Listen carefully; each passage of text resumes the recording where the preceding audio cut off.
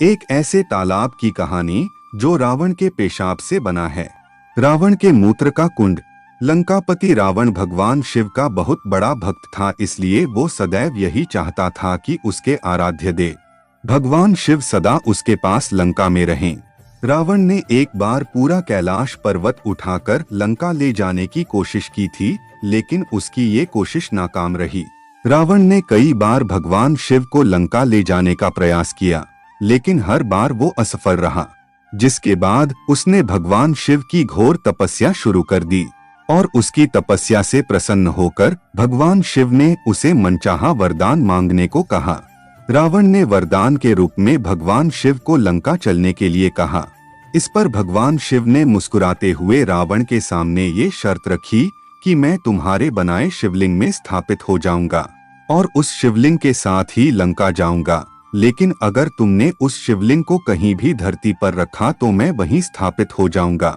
रावण को अपने ज्ञान और स्वयं पर बहुत अहंकार था, जिसमें उन्मत्त होकर उसने तुरंत शिवजी की इस शर्त को स्वीकार कर लिया और शिवलिंग लेकर लंका की ओर निकल पड़ा। जैसे ही रावण अपने आराध्य देव को लेकर लंका की ओर निकल पड़ा, वैसे ही सारे देवता भागते हुए भगवान विष्णु की शरण में जा पहुँचे और विष्णु जी से इस अनर्थ को रोकने का निवेदन करने लगे। सृष्टि के पालनकर्ता भगवान विष्णु सर्वज्ञाता थे और उन्होंने देवताओं को शिवजी को वापस लाने का भरोसा दिलाते हुए सभी देवताओं को वापस जाने के लिए कहा और रावण का मार्ग रोकने के लिए स्वयं एक चरवाहे बालक का रूप धारण करके रास्ते में खड़े हो गए। उधर शिवलिंग को थामकर लंका की ओर जा रहे रावण के पेट में गंगा जी समाहित हो गईं, जिसके चलते बीच रास्ते में ही रावण को बड़ी तेज लघुशंका लगी। लघुशंका से विचलित होकर रावण इधर उधर देखने लगा, क्योंकि भगवान शिव के शर्त के अनुसार धरती पर जिस जगह भी शिवलिंग को रखा जाता, भगवान शिव वहीं स्थापित हो जाते। लेकिन तभी रावण की नजर चरवाहे बालक के रूप में खड़े भगवान विष्णु पर पड़ी। तब रावण ने उस बालक को पास बुलाकर शिवलिंग को कुछ देर पकड़ने के लिए कहा और साथ में यह भी कहा कि भूलकर भी वो इस शिवलिंग को जमीन पर ना रखे। स्वर्ण मुद्राएं देने का वादा करते हुए रावण ने शिवलिंग उस बालक रूपी भगवान विष्णु को थमा दिया और अपनी लघुशंका को मिटाने के लिए चला गया। लेकिन पेट में गंगा के समाहित होने की वजह से रावण की लघुशंका रुकने का नाम ही नहीं ले रही थी। जब काफी समय तक रावण वापस नहीं लौटा, तब चरवाहे बालक का रूप धारण किए भगवान विष्णु ने उसी स्थान पर शिवलिंग को धरती पर रख दिया और वहां से चले गए। जब देवी गंगा ने देखा कि शिवलिंग धरती पर स्थापित हो चुका है, तो वो भी रावण के पेट से निकल गईं।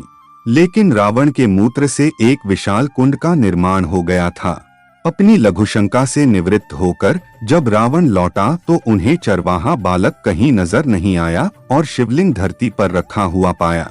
यह देखकर रावण बहुत क्रोधित हुआ और क्रोध में आकर उसने शिवलिंग को उठाने का भरपूर प्रयास किया, पर भगवान शिव वहीं विराजमान हो गए थे। आखिरकार गुस्से में आकर रावण ने शिवलिंग पर लात मारी, जिससे शिवलिंग जमीन में धंस गया। आज उस जगह को झारखंड में देवघर के नाम से जाना जाता है और आज भी रावण का मूत्र कुंड वहां मौजूद है।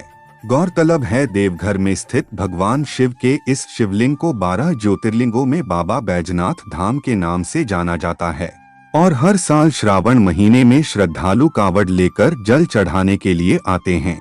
दोस्तों, आपको यह पौराणिक कथा कैसी लगी कमेंट बॉक्स में जरूर बताएं।